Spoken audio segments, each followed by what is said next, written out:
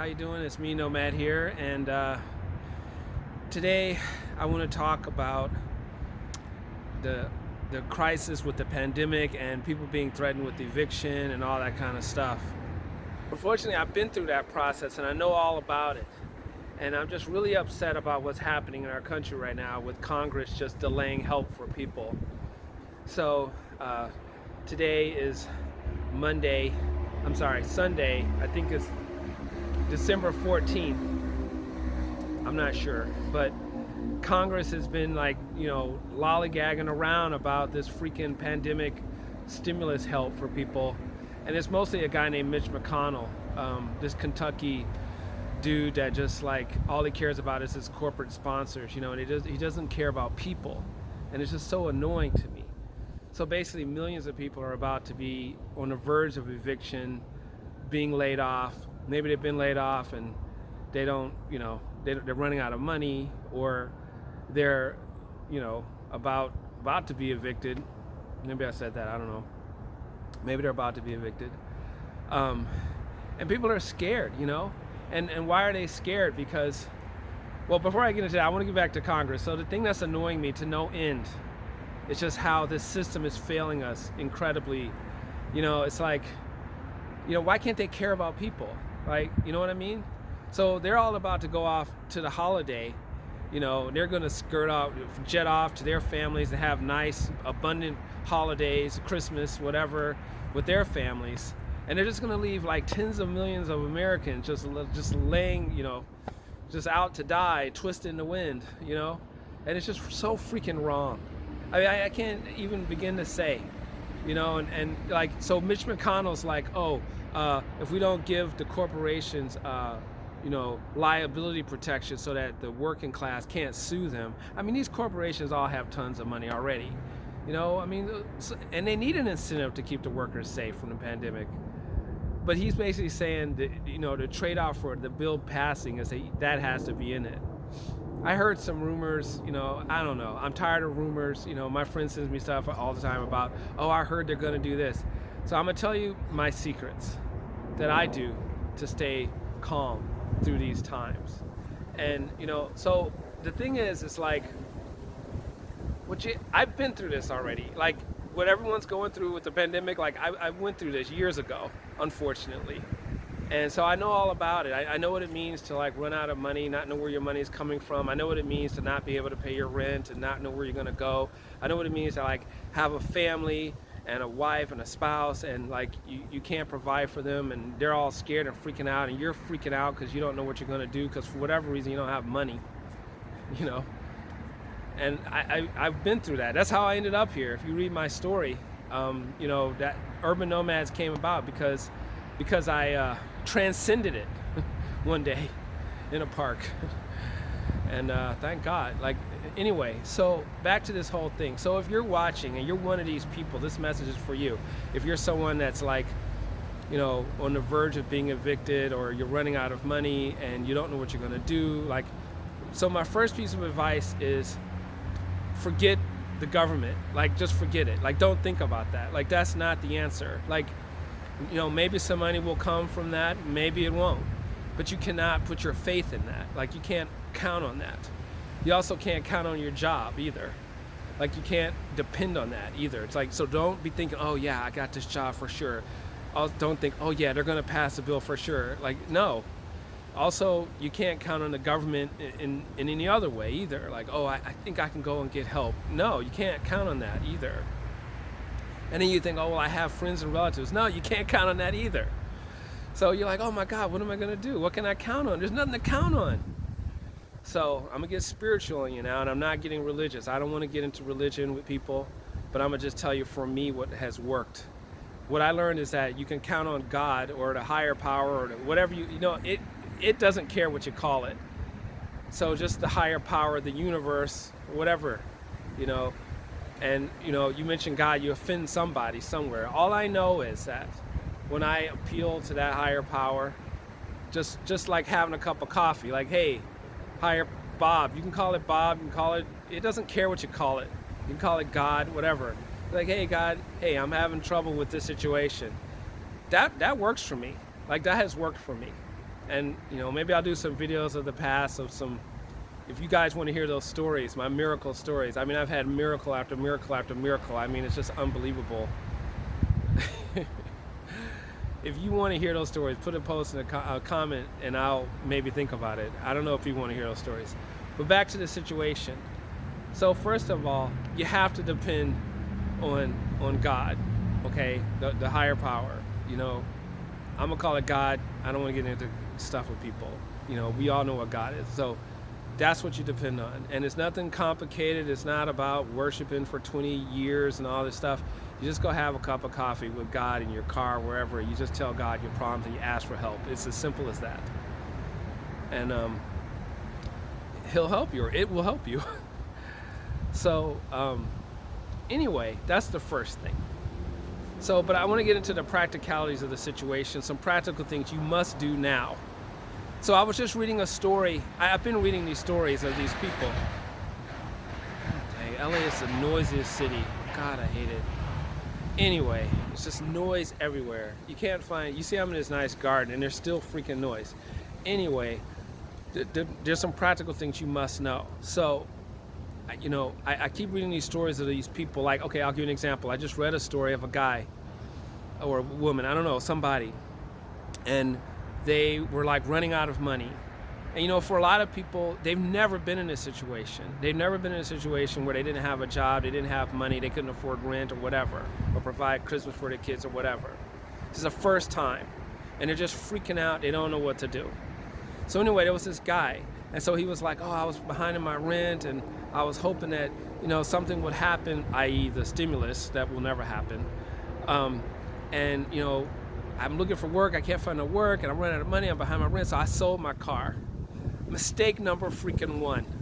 Never, ever, okay, this is, if nomads had a set of rules, nomad rule number one, never, ever, ever sell your tools and equipment, or your vehicle, or your shelter. Like, never, ever do that. Like, so if you have computers, if you're a working person with some tools, if you have a truck, for whatever you need to do to make money, like, never sell those things, period, especially for rent. So let's talk about rent for a second. But first, let me go back to this guy.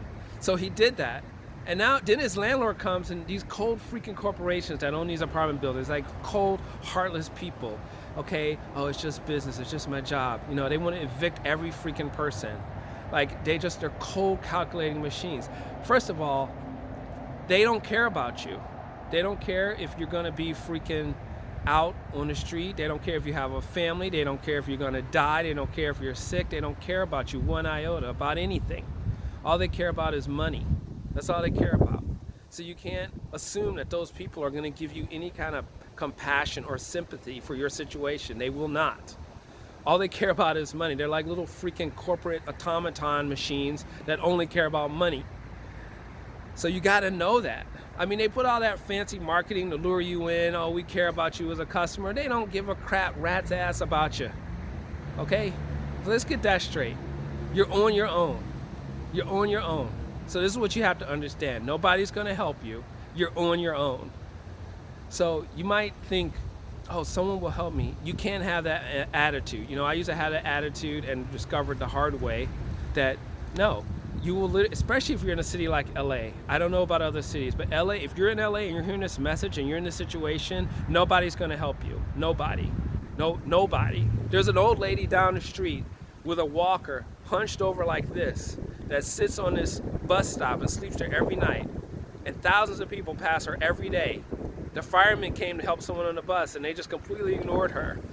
No one's gonna help you. You're on your own. Okay, so that's what you gotta understand. I know it sounds harsh and cruel, but that's just the way the world is. But it's good because you've had power and you forgot all about it, and this system is designed to make you forget about it. It's like, don't help yourself, just buy our stuff. You don't need to know how to fix anything. We'll fix it for you. And then you end up in this freaking situation where you end up having to leave your apartment or house or whatever, and you don't know how to do anything, and you don't have the equipment or tools to do anything. But they got all your money. Back to this dude. So he was like, I sold my car. And I'm like, no, you didn't sell your car. No. Like, God, Watch my story. It's in the description. It's in, and I tell you how I got to rock bottom and I realized the value of the car. So here's the thing. Most of the people who rent, and even if you have a mortgage, you don't own anything. I mean, sure, hopefully you have some stocks and savings or something, but you don't own the house and you don't own the car, I mean, not the car, but you don't own the apartment, So we're kind of lulled into this idea that like, oh, this is my apartment or whatever. It's not your apartment, it's their property and they can do whatever they want with it, like kick you out, And so you gotta prepare for the worst. And I'm so sick of hearing these stories of people. Like one lady was like, I don't know what I'm gonna do. I'm packing up my boxes and it's just, I guess it'll just be me and my dog and my backpack. It's like, okay. What you don't, okay, so here's the thing I want to say, and I'm sorry it took me so long to get to this point. What you don't want to do is go down, like if you have any savings, do not pay rent with that savings. Okay? Like, do not go to zero. Assume, as of now, that you will not be able to pay the rent and you will have to leave. So whatever money you have, and hopefully you have like $1,000 or more, or you have the ability to get it. Hopefully, you will have some money, because you don't want to wait to the situation like I have done, hoping beyond hope. I had a situation once where I was I was in an eviction dispute with my landlord, and I didn't know my rights. God. Anyway, that's another story. And she was evicting me, and basically I had $3,000, and I went and gave her the $3,000. That was the last $3,000 I had, hoping that would change her mind. She took that $3,000 and said, thank you, but you still gotta go. And basically I had to move out with nothing. That was really, really dumb of me. But I was just so traumatized by the whole thing, trying to save it for my family. You think about your kids. I mean, that was crazy. But these landlords, man, they don't care about you. They only care about money. That's all they freaking care about. You don't want to go down to your last money, okay? So if you have any money, do not give it to your landlord if you're like worried about that, and like, okay, so you have to realistically think, like, if you don't have a job, if your thing is you're counting on a new job, or you're counting on the stimulus, like, no, you have to plan on leaving, and you have to take whatever money you have, and you have to survive with that. And that's what you have to do. And that's what I advise you to do right now. I know it sounds scary and hard and whatever. Now, if you do have some family or friends or whatever, now is the time, to start doing that. Like, start talking to them, work out a situation where you can stay someplace at least 6 months. What you don't want to do is end up just, you run out of money, they evict you anyway, you don't have nothing, and then you call your friends up, be like, can I stay on your couch? Can I stay on your living room floor? Can I stay in your extra room or your garage or whatever? And, then it's awkward because you're under pressure now. And then they feel awkward, so they let you in, but they don't really want you in, and then it's just this mess, right? Plan now to abandon ship now, No one's going to tell you this. Nobody else is going to freaking tell you this. Another thing is, like, there is help in a lot of cities for tenants who are in an eviction situation. But my experience has been that you're just at a disadvantage, and you're just delaying the inevitable. Unless it's the whole system in this country is geared towards business people, okay, and landlords in particular. It's like, so that everything's it's not set up for you, it's set up for them. So if you go to to court, to tenant court or eviction, whatever it's called, you're probably going to lose. And even if you do win, it'll be temporary, because landlords have a million ways to try to weasel you out of there, legal and illegal. And you just don't want to deal with that. And why should you? It's like, why? Like, why are we begging these people to get, that we've given thousands of dollars to stay in their place? You need to change your whole mindset around to a new way of thinking. And you know, you never see it. I mean, you're starting to with the tiny house movement. You're starting to in the RV movement and the van life movement. People are starting to wake up. Like, wait a minute, there's another way. And it's good. They need to wake up. So here's the thing. You have to just, you know, get a frontier survival mentality. You know, you gotta like stop being a freaking consumer out there, okay? They wanted you to be a consumer because they wanted all your money, and now they've used you up and they're gonna spit you out. I mean, you need to just like, you know, take a battle stance and like, you know, hey, I gotta survive, okay? So here's the thing. You wanna take whatever money you have and you wanna get some kind of, you know, vehicle, okay? If you have a car, great. That car is your freaking lifeboat, okay? Don't look down on the car like, oh my God, I might have to live in my car. No, that's freaking capitalist propaganda. Let's say all you own is the car.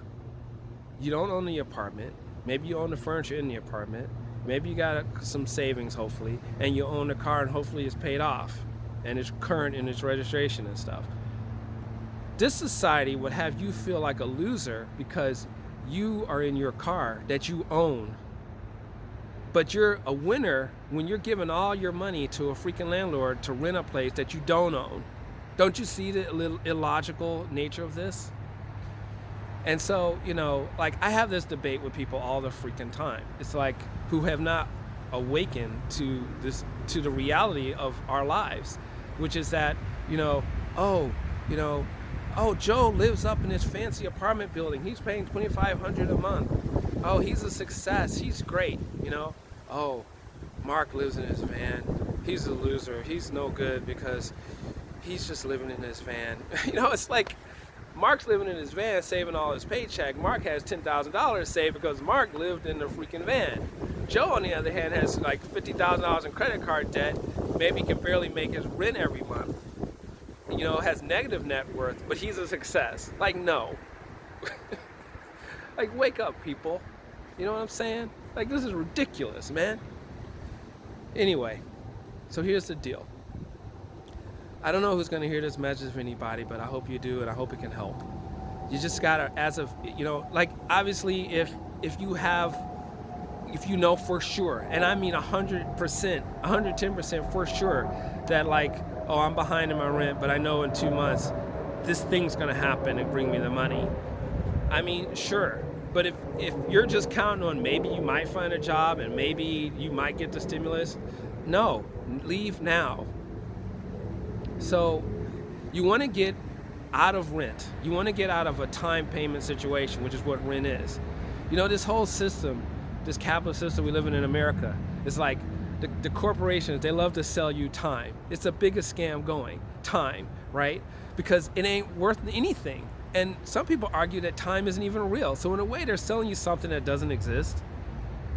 So they love it, man. They're just laughing all the way to the bank. That's why you never rent anything. You go buy your own thing, okay? I mean, obviously, if it's a vacation or somewhere and you're gonna rent a hotel, but just don't think rent. Just don't think that. Like, I'm gonna do a whole video on the rent scam. Like, rent is such a scam. It's just, oh my God. Like, I can't even begin to say, especially in Los Angeles. So, what you want to do is you want to think, I got to go to my vehicle. And there's tons of videos on this. Like, so if you have a car, great. If you have a van, great. The number one thing, the number one thing with your vehicle, whatever the vehicle is that you have or gonna get, is you want to be able to have a horizontal sleeping surface. This is the most important thing. And it should run good because you don't want it to break down. But just plan on maybe I might have to live in my vehicle temporarily. And if you prepare right, it's not the end of the universe, you know? I mean, it's just not, you know? I think the bigger issue isn't the practicality of doing it. The bigger issue is the stigma associated with it. That's the problem. Because, you know, this whole society is all about, like, you know, oh, you're somebody because you have this. You're nobody because you don't have this. Or you're a nobody because you're in your car, but you're a somebody because you live in this mansion that you have $1 million mortgage for. So you're somebody. And so we look down on those in their vehicle, and we look up to those who are max consumers. And that's all capitalist propaganda that we've all been brainwashed to buy into. You know, it's God, like I can't even begin to tell you what I had to go through to wake up to this. I literally had to be in a park homeless for like, well, a couple hours, and then it became 2 days, but before I found my car. And I was calling everyone for help. Nobody would help me. And then my daughter was like, I'm going to sleep in a car. This was like midnight. I had been calling people for 6 hours that day. And that's when it dawned on me. Like, I woke up in that moment. I had to come all the way down to that point to wake up to it. I mean, I guess that's what it took. Because if someone had come up to me up before then and said, oh, you should consider living in your car, I would have been like, no way, man. Anyway, so I hate hearing these stories. Like, so what you don't want to do is you don't want to be like, you know, you're desperate, you give the landlord all your freaking money, and you just run out of money, and then they kick you out anyway, and you end up basically, you know, the day you have to move, you don't have nowhere to go and no money. Like, no, we're not doing that. Okay, you don't have to do that. Look, you can always get another apartment. Don't be all attached to it. And the kids will deal with it. You know, it's life, you know. And it's better your kids discover what real life is like than some fantasy fairy tale middle class BS fantasy that they buy into, so then they can replay the whole cycle, right? I mean, we have to learn how to get back to basics. Unfortunately, in American cities, land, like LA, which is the epitome of it all, every square inch of land is taken by the landowners, like the place I'm at now. And I mean, like, you could do a drone shot and you see like these giant empty lots owned by the landowners, and then around the lots are all these tents from people living in tents. So you want to avoid the situation where you have nowhere to go and you end up in a tent on the sidewalk or something. A vehicle is your best option. So I'm saying, like, right now, before you end up where you're kicked out, get a vehicle if you can. Obviously, if you can't, you can't, but it'll be a lot harder.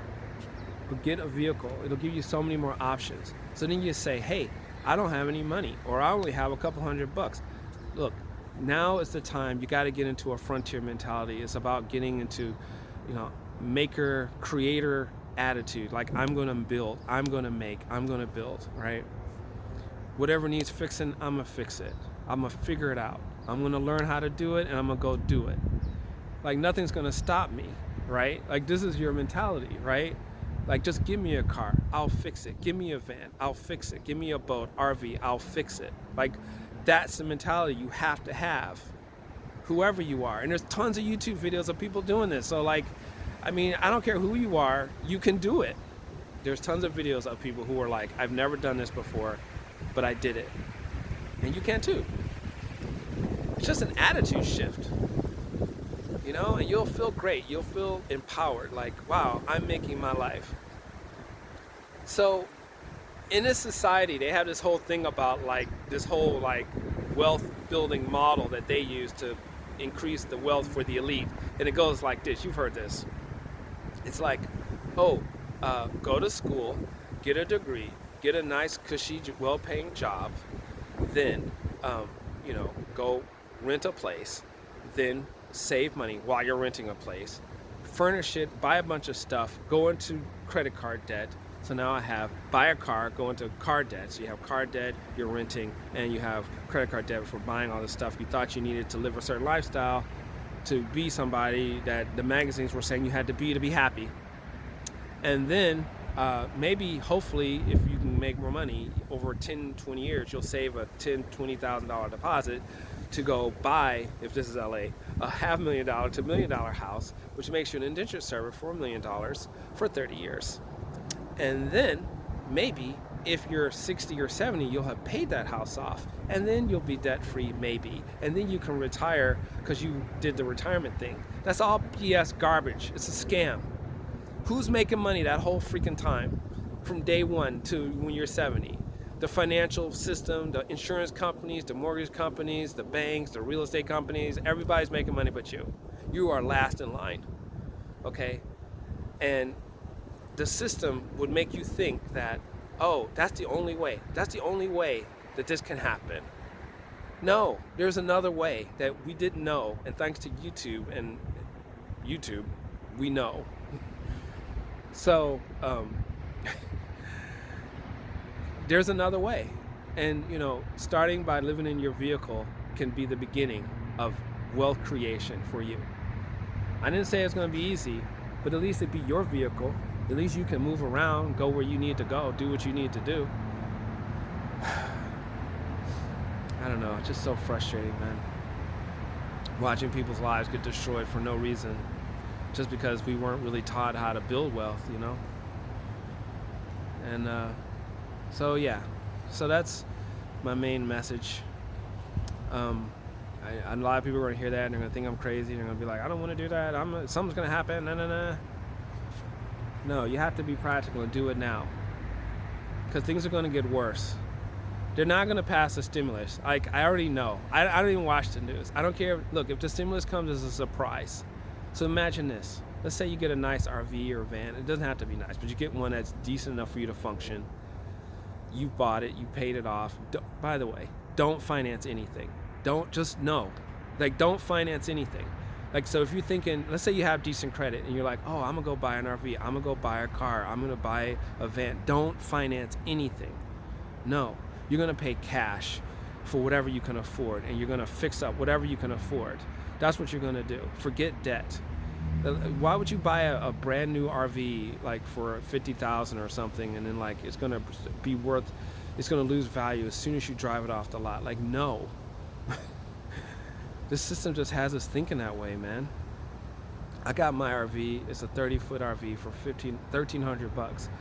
Yes, I've been fixing it up for 2 years, but at least I have it.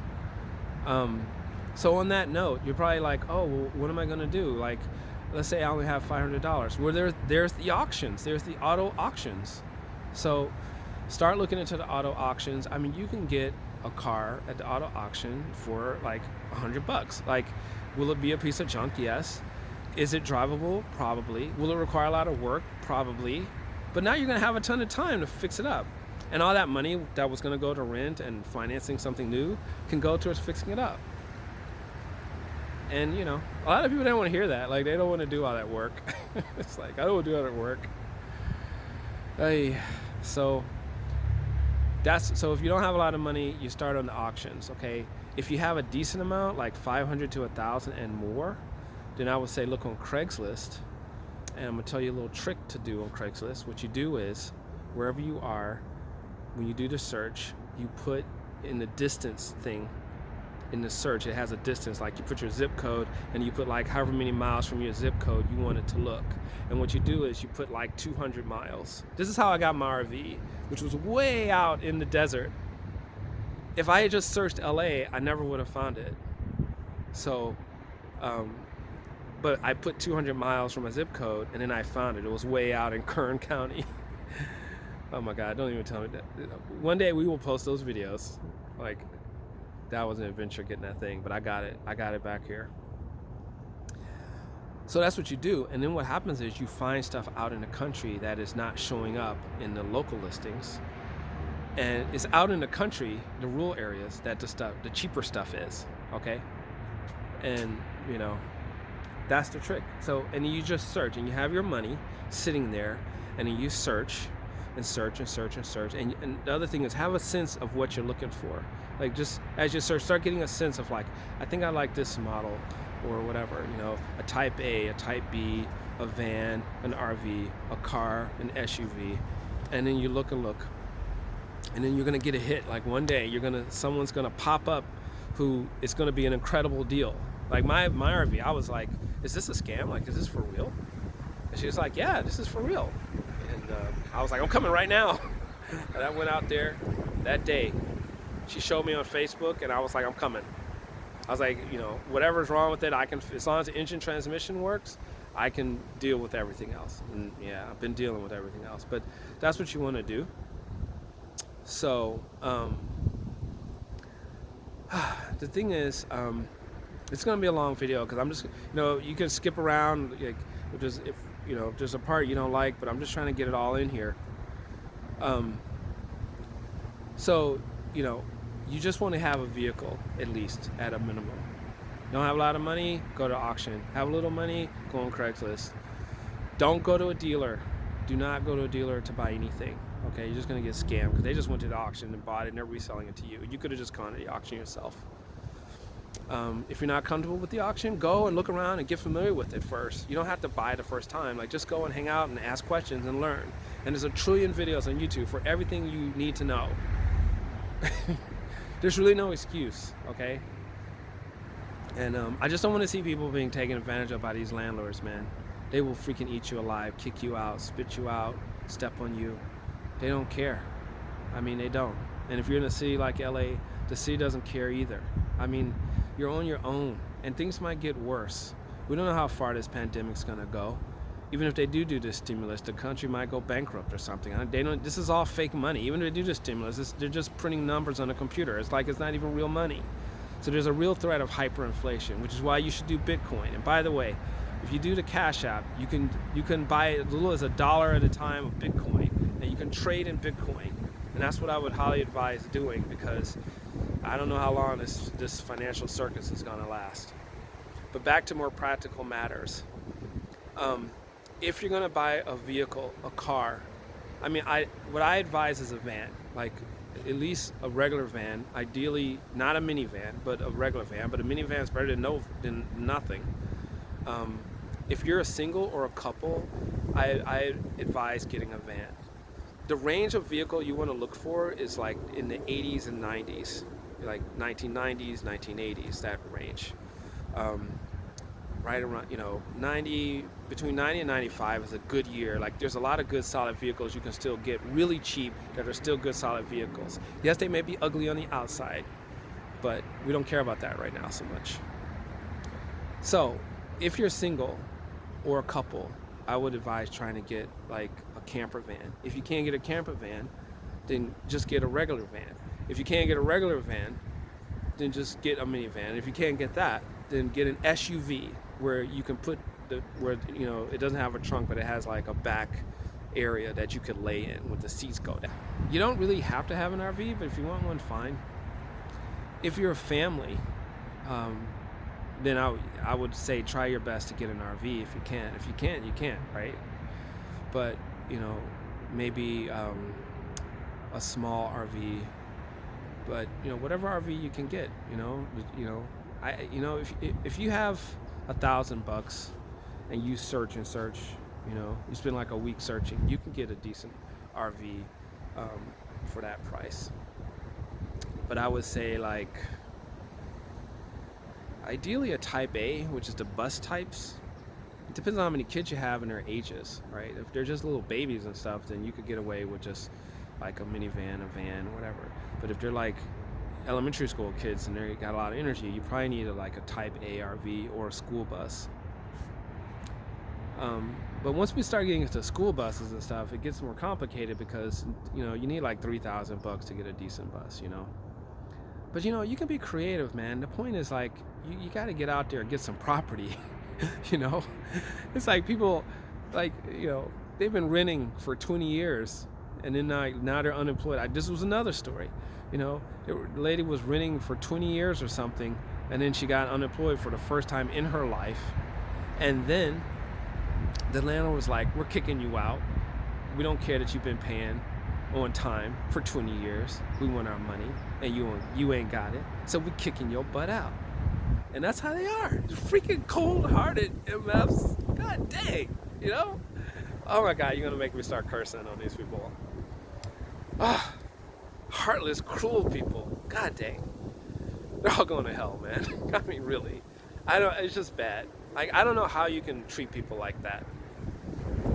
I just don't get it. And sure, there's mom and pop landlords, whatever. My mom was a landlord. I know all about it. Anyway. But the thing is, you want to have some property. So this lady, she's like, oh, I'm going to be kicked out and I won't have anything. And it's like, Why is it that like we can be so intelligent, but then when it comes to this, we get so stupid? Like, it's just common sense, right? Like if you were going camping, you wouldn't just run up into the mountains with naked. You like prepare, right? But then when it comes to like living in this system, and you might have to move out of your apartment or whatever, it's like people just kind of go crazy. They lose their minds. Look, you can do this. It's easy, you know? There's tons of help on YouTube. Just take it one day at a time. Have that cup of coffee with God when things get tough. And so I'll tell you another trick I do. In the morning, first thing before you do anything is go in your car or your prayer closet, wherever, someplace private, and you have that cup of coffee with God. And you tell him all the problems. You do this first before you engage with the day. And the first thing you ask God for help, or your spiritual team, is protection. Please protect my family. Please protect us. Like, that's the first thing you do. And then you bring up the problems, all the different things you're worried about. And so another trick I do is give God all your worries. So whatever you're worried about, you just say, I'm really worried about how I'm going to come up with $1,500 rent tomorrow, and I don't have it. You give that problem to God. You say, here you go, God, you handle it. I can't handle it. Like that. Say, I give you all my worries. Like that. That works. I mean, at a minimum, you'll be more at peace. You just won't feel that burden of that problem. Another piece of advice I would say is take it one day at a time and don't think too much about the future. Just one day at a time. Have your plan and you're implementing it, but don't, just kind of focus. What can you do today? Like, that's it, Don't be obsessing too much about the future. And as far as how to deal, so I'm going to do another video on that because I could go on. But I'm going to do another video. I'll include the link in this one on how to stay at peace in times of trouble. And I know all about that because I've been in those situations, and so I've learned how to do it. So I will share what I know. But that's the main thing, If you look at my channel, I have a lot of videos about how to do stuff. If you go to our website, urban-nomads.net, I have posts on how to live this way. But there's all kinds of other videos and people out there doing it. Just Google van life, RV life, how to, whatever, and it's there, right? It's there on YouTube. So there's no excuse nowadays. So yeah. Another little piece of advice I would say is my brother, who had he had a meat market and some other businesses in Texas, and he used to have this saying, you got to have daily cash flow. And so I've kind of adapted that to, there's 3 types of cash flow. You have long-term. So let's say you have a job or whatever, in a month a check's coming. That's kind of between medium and long-term. I guess 6 months, you got an inheritance coming in 6 months. That's long-term, right? Let's say in a month you have something coming. That's like medium-term. But what you got to have, especially in these situations, you have to have some way of getting daily cash flow. Like, there's got to be some way legally for you to go get some money. Let's say you need $20. What can you do today to get $20? Like, what can you sell something? So I've done little businesses where I sold things. You could go sell masks, whatever. It can be scary, but it's not hard. It's just like a little lemonade stand. You just get out there and you just start asking people. Yeah, you deal with massive amounts of rejection, but so what? Eventually someone will buy whatever you have. Like, literally, you could buy anything. Like, you go buy stuff at the dollar store and then go resell it if you had to. But you need to think of and just Google that. This is on the internet also. Like, ways to make money the same day. But you want to have that in mind. You might want to actually go do it and practice and make sure you can actually do it, so that you have some way, because you don't want to be in a situation where for whatever reason you run completely out of money and you don't have any way of getting it other than payday loans and borrowing from your friends. Like, you don't want to do that. And this whole society is set up to just exploit your butt all the way to hell. I mean, really. You know, it's like as soon as you're broke, here come the payday loan and the pawn shops. Don't pawn your stuff.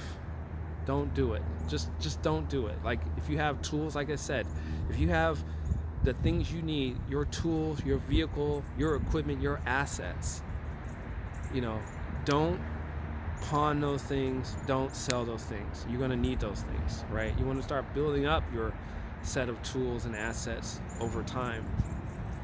You know, first it'll be a car, then you upgrade, maybe you'll get a boat, maybe you'll buy some land, build a tiny house. Like you're going to slowly upgrade, right?